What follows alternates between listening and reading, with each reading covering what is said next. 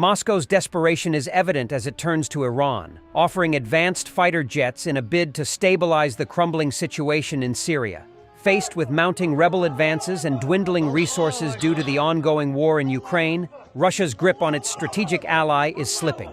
On November 18th, the Russian Federation handed over the first two Su-35 aircraft to Iran. This happened during a ceremony held on the territory of the aircraft factory in Komsomolsk-on-Amur. According to the publication, the fighters were disassembled and then delivered to Mehrabad Airport in Tehran on an An-1 24-100 aircraft. From there, the planes will be delivered to the 3rd Tactical Air Base of the Iranian Air Force near the city of Hamadan. Su-35 fighters will be assembled there again. According to media reports, Iran initially wanted to replace only Grumman F-14A Tomcats in Isfahan with Su-35s.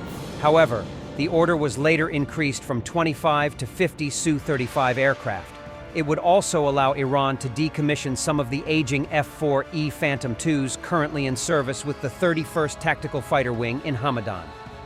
The Su-35 is a multi-purpose fighter of the 4++ generation, created in Russia as an upgrade of the Su-27. Thanks to powerful engines with a controlled thrust vector, the aircraft is characterized by high maneuverability, which allows you to perform complex combat maneuvers. The Urbis-E radar, with a detection range of up to 400 kilometers, provides simultaneous detection and tracking of dozens of targets. The Su-35 is capable of carrying a wide range of weapons, including air-to-air and air-to-surface missiles, as well as guided bombs, making it versatile for various types of missions. Despite its technical advantages, the aircraft remains expensive to manufacture and maintain, and faces competition from Western fighter jets, such as the F-35. It is worth noting that back in November last year, it became known that Iran agreed with Russia on the supply of Su-35. And already this year, it became known that Iran can build shelters for Russian Su-35S fighters. In particular, this was confirmed in satellite images. Soldiers of the Ukrainian 60th Inhulets Separate Mechanized Brigade captured a modernized T-80 BVM Russian tank. The situation began when aerial reconnaissance of the Inhulets Brigade spotted a damaged but still repairable enemy T-80 BVM tank. The enemy combat vehicle was 300 meters away from the enemy positions, but in an area where evacuation might be possible. Under the tank's homemade grille protection, the factory-installed grille with dynamic protection elements is visible. This could indicate that the captured T-80 BVM was modernized in 2023. The brigade's tank battalion cooperated with their counterparts from the 98th Infantry Battalion, whose engineers removed minefields to evacuate the tank. After that, the tank crews and engineers from the 98th Battalion approached the tank, inspected it, and ensured that the fasteners were secure. An FPV drone was hovering over the tank, and its warhead did not detonate upon contact with the tank's grille, so it was safely removed by an infantry engineer. The operation was complicated by the tank's location in a mine pocket and by the homemade modernization carried out by its former crew, which did not allow the use of standard towing shackles. The tank crews decided to use a suitable part from a BMP-1. Preparations for the evacuation and the actual evacuation of the T-80 BVM took place at night. During the operation, the Ukrainian evacuation tank was targeted by enemy firepower. After the evacuation of the combat vehicle, it was repaired and put back into service. In total, according to the Oryx OSINT, Russia has lost about 177 T-80 BVMs of various generations in the full-scale war. Of this number, at least 35 combat vehicles were captured by Ukrainian troops. The European Union plans to provide Ukraine with 1.5 billion euros per month, starting in January 2025. President of the European Council Antonio Costa stated this at a joint press conference with President Volodymyr Zelensky. This month, the European Union will provide Ukraine with an additional 4.2 billion to support Ukraine's budget.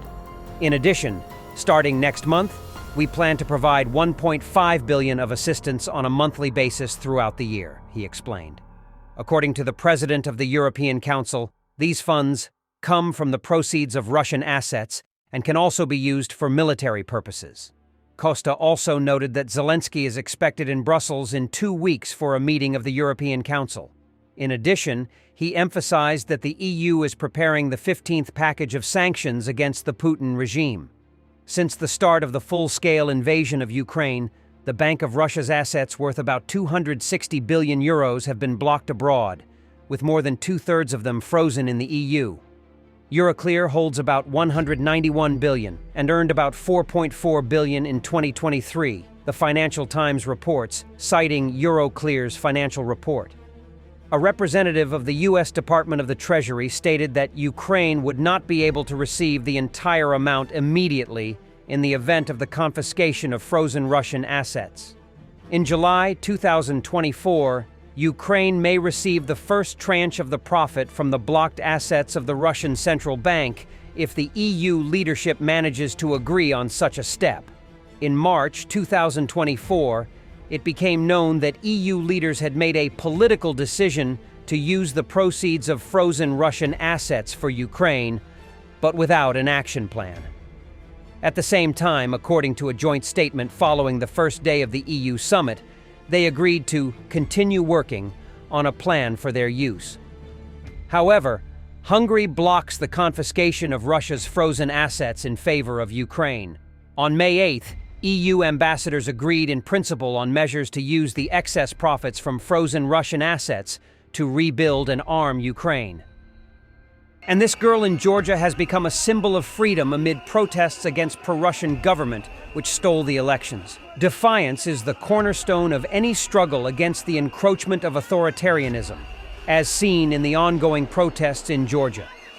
When governments begin to erode democratic norms, suppress dissent, and centralize power, it becomes imperative for the people to stand united and resist. Such moments define the strength of a nation's commitment to freedom and the rule of law. What happens in Georgia is a universal lesson. Unchecked power thrives when citizens are silent. Peaceful protest, civic engagement, and unwavering vigilance are critical in preserving democracy. Across the world, similar struggles remind us of the fragility of freedoms we often take for granted. Standing firm against totalitarian tendencies is not just a fight for one nation, it is a defense of values shared by all who believe in justice and equality. Thanks for watching, and don't forget to subscribe. Also, if you want to support Warthog Defense, please become our member and get early access to new videos, exclusive members-only videos, and become administrator in comment section. The membership link is in the description. Rescues every day. We had a guy last week, it's 6 rescues in 6 days. You know, he's doing the job every day.